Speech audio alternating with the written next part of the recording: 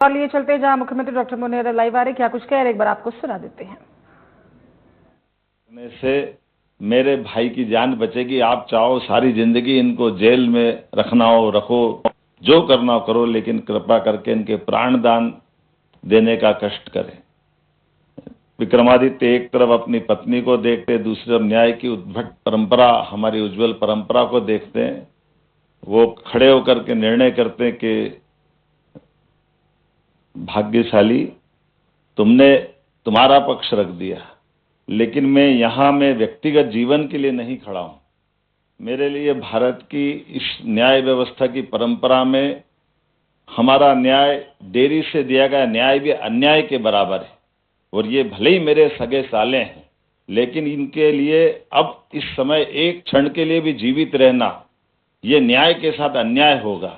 इसलिए इसी समय हाथी के पैरों के तले कुचलवा के मरवाने की मैं राजाज्ञा जारी करता हूं। ये हमारी उत्कृष्ट परंपरा न्याय के संबंध में ऐसे एक नहीं सैकड़ों उदाहरण हैं, जिनके माध्यम से जब न्याय की बात होती तो मुझे अत्यंत प्रसन्नता है। राष्ट्रीय विधिक सेवा प्राधिकरण के द्वारा न्याय व्यवस्था से जुड़े हुए सभी विषयों के लिए सभी सम्माननीय अलग अलग हमारे विचार प्रवर्तकों ने सच में वो हमारा गौरवशाली अतीत को जीवंत किया है। मैं मध्य प्रदेश सरकार की ओर से आप सबका वंदन करता हूं, अभिनंदन करता हूं।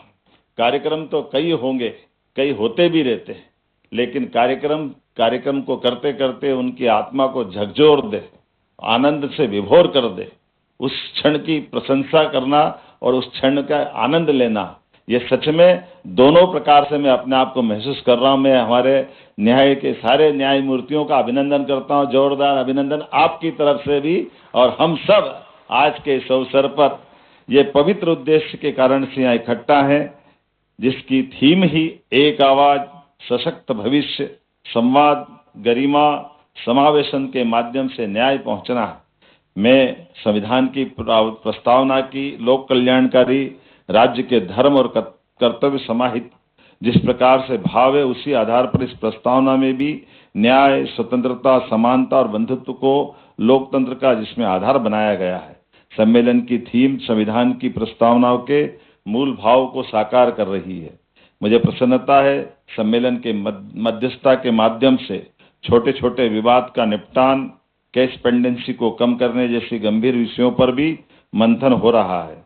और वैसे तो हमारी परंपरा वास्तव में न्याय की परंपरा पंच परमेश्वर की अवधारणा रही है, जिन्होंने कभी समझाकर, कभी संवाद से, कभी समझौतों से विवादों को सहजता से सुलझाया है। गीता का ज्ञान भगवान कृष्ण के उस महाभारत के उस दृष्टांत के साथ भी आता है कि उन्होंने 5 गांवों से भी समाधान का मार्ग खोजने का प्रयास किया, उससे वो भीषण समर टल सकता था। हमारे संविधान में हजारों वर्ष की भारतीय न्याय परंपरा आधुनिक लोकतांत्रिक मूल्यों का उत्कृष्ट संगम है। यह देश का न्याय विधान है। न्याय के मंदिर हमारे न्यायालय हैं। भारतीय अदालतों को न्याय के मंदिर में लोग श्रद्धा से न्याय मिलने के मंदिर के नाते से देखते हैं। नागरिक न्याय मिलने के भरोसे से न्यायालय की चौखट पर कदम रखते हैं। मैं आज के इस अवसर पर पुनः इस विचार विमर्श के साथ हमारी सरकार के द्वारा भी कई प्रकार के कामों के साथ हमारी इस व्यवस्था में मदद करने के लिए कदम से कदम मिला करके जुडिशरी की भावना के अनुसार सरकार अपने सारे संसाधनों के साथ सदैव प्रतिबद्ध है। और चूंकि यशस्वी प्रधानमंत्री के नेतृत्व में हमारे देखते देखते कितने प्रकार से बदलाव हो रहे हैं, मुझे इस बात की प्रसन्नता भी है कि हमारा वो अंग्रेजों के समय का न्याय बदलने का भी यही स्वर्णिम समय चल रहा है, जिसके कारण से नए प्रकार से तीनों प्रकार के बदलाव के दौर से सहजता के साथ पूरा समाज बदला है।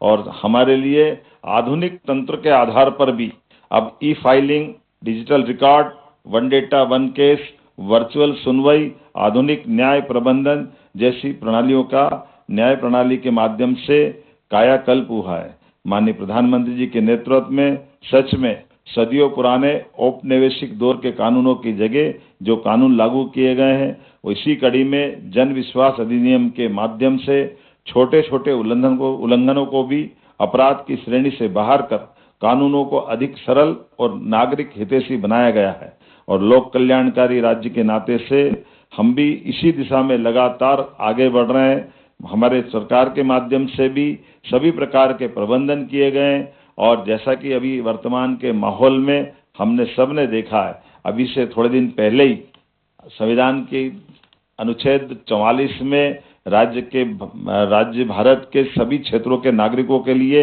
एक समान नागरिक संहिता के संबंध में जब अपेक्षा की गई तो मुझे इस बात